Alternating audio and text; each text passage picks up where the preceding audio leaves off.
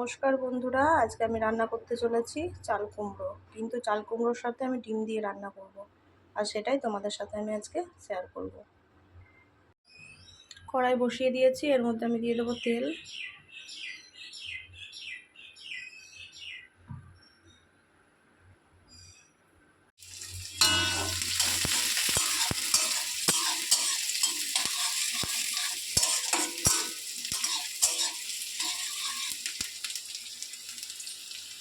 পেঁয়াজ, লঙ্কা, রসুন তেলের মধ্যে দিয়ে দিয়েছি। এবার এর মধ্যে দেবো চাল কুমড়ো।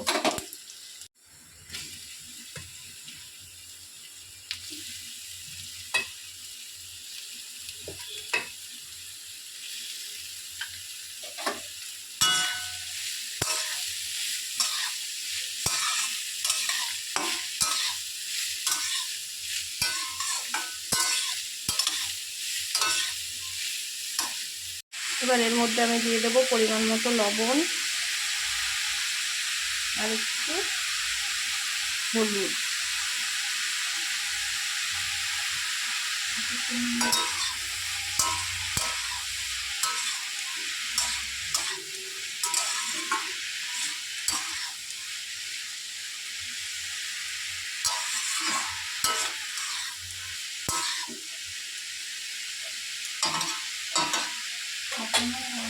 এবার এতে দিয়ে দেবো একটু সামান্য পরিমাণে চিনি।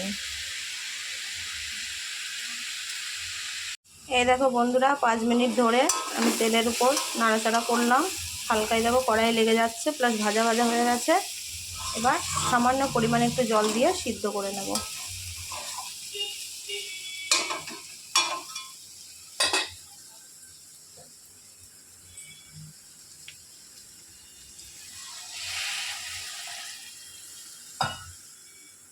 হাফ গ্লাস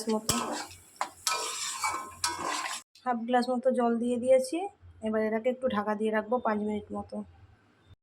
5 মিনিট মতো হতে থাক, গ্যাসটা একদম স্লো।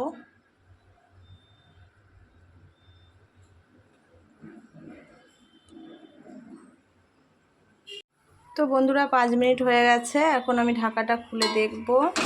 আশা করছি সিদ্ধ হয়ে গেছে। একদম সুন্দরভাবে সিদ্ধ হয়ে গেছে।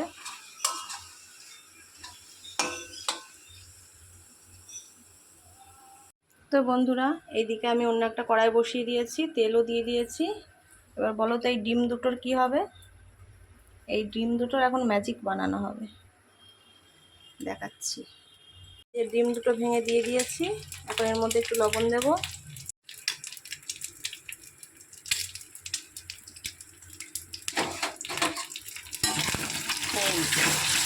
এটা হবে ডিমের ঘুগনি।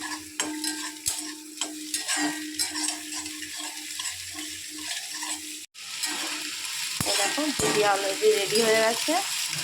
এই দেখো বন্ধুরা, আমি ডিমগুলো নামিয়ে নিয়েছি। ডিম ভাজার কড়াইয়েই তেল দিয়ে দিয়েছি। এখন এর মধ্যে আমি চাল কুমড়ো প্লাস ডিমটা দিয়ে দেব।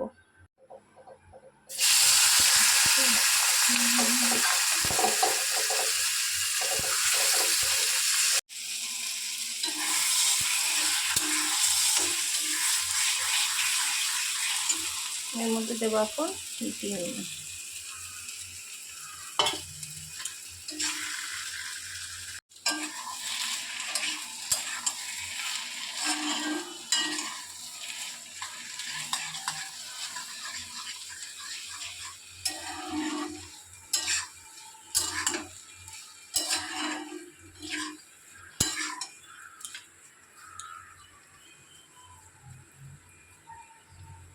আর রান্না তো করছি বন্ধুরা, কিন্তু এর নাম কি তা তো আমি জানি না। তোমরাই একটা ভেবে নাম দিয়ে দিও। বন্ধুরা, তোমরা অনেকেই চাল কুমড়োর ঝাল খেয়েছো, চাল কুমড়ো ডাল দিয়ে রান্না করে খেয়েছো, বা চাল কুমড়ো সর্ষে দিয়েও হয়তো রান্না করে খেয়েছো।